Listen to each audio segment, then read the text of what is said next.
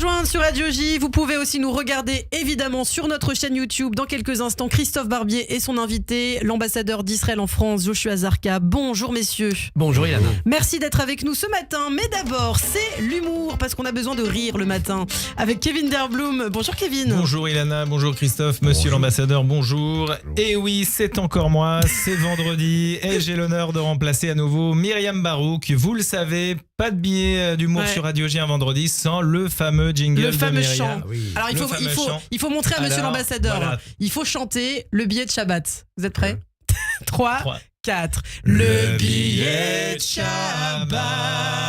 Voilà. Bravo. Avant d'écrire ma chronique, à chaque fois je dois choisir le sujet dont je vais vous parler. Et pour aujourd'hui, j'avais plusieurs idées, mais je n'arrivais pas à me décider. Tout cela m'a fait réaliser que la vie est faite de choix et que c'est parfois compliqué de prendre une décision. J'ai fait quelques recherches et figurez-vous que selon plusieurs études, on prendra en moyenne 35 000 décisions par jour, allant du choix de ses vêtements à ce qu'on va déjeuner en passant par le choix d'uriner debout ou assis.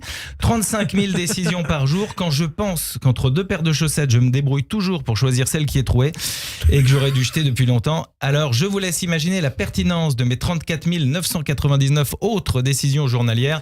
Autant dire que la journée va être longue. C'est vrai, on doit tous tout le temps faire des choix. Burger ou pizza, Beatles ou Rolling Stones, thé ou café, la gauche ou Mélenchon. Bon, j'avoue, celle-là, je l'ai piquée à des proches. Je pense que Christophe aura reconnu, la gauche ou Mitterrand. Bon, vous voyez, c'est pas facile de choisir. Je suis tombé il y a quelques jours sur un reportage qui montrait des gens qui laissaient le hasard décider pour eux. Ils jouent chaque décision de leur existence au dé. Un nombre pair signifie oui, je le fais. Un nombre impair, non, je ne le fais pas. Et le dé décide vraiment de tout dans leur vie. Si le dé tombe sur un 1 ou un 2, je mets le t-shirt rouge. Un 3 ou un 4, c'est le bleu. Et si c'est un 5 ou un 6, je reste en pyjama.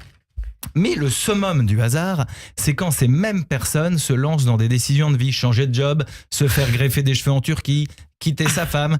S'ils décident de faire un enfant en lançant un dé, diront-ils à leur enfant plus tard qu'il est né par hasard ou alors que c'est le fruit d'un coup du sort?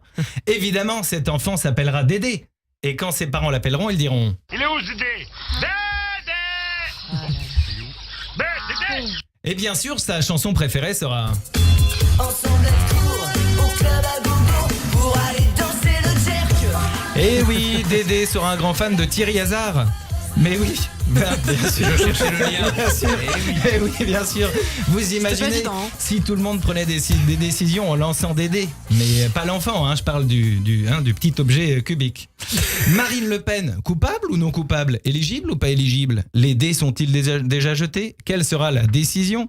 Ah, mais maintenant que j'y pense, c'est peut-être pour ça que les déclarations de notre président au sujet d'Israël varient autant. C'est peut-être les dés qui décident pour lui.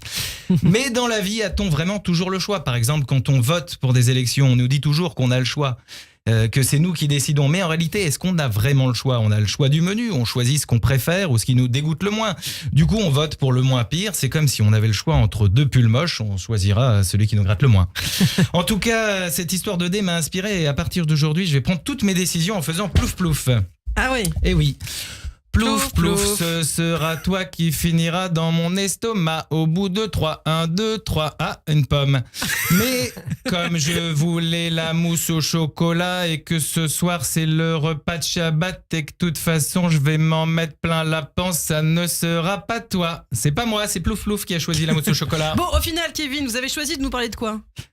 J'ai pas encore décidé, mais mon temps pour cette chronique est écoulé. Du coup, je vous en parlerai la semaine prochaine. Merci de m'avoir écouté. Beaucoup, Kevin Derbloom, qu'on peut retrouver effectivement sur ses réseaux sociaux et chaque semaine sur Radio J. Vous restez avec nous, les amis. Dans quelques instants, l'invité de Christophe Barbier, monsieur l'ambassadeur d'Israël en France, Joshua Zarka.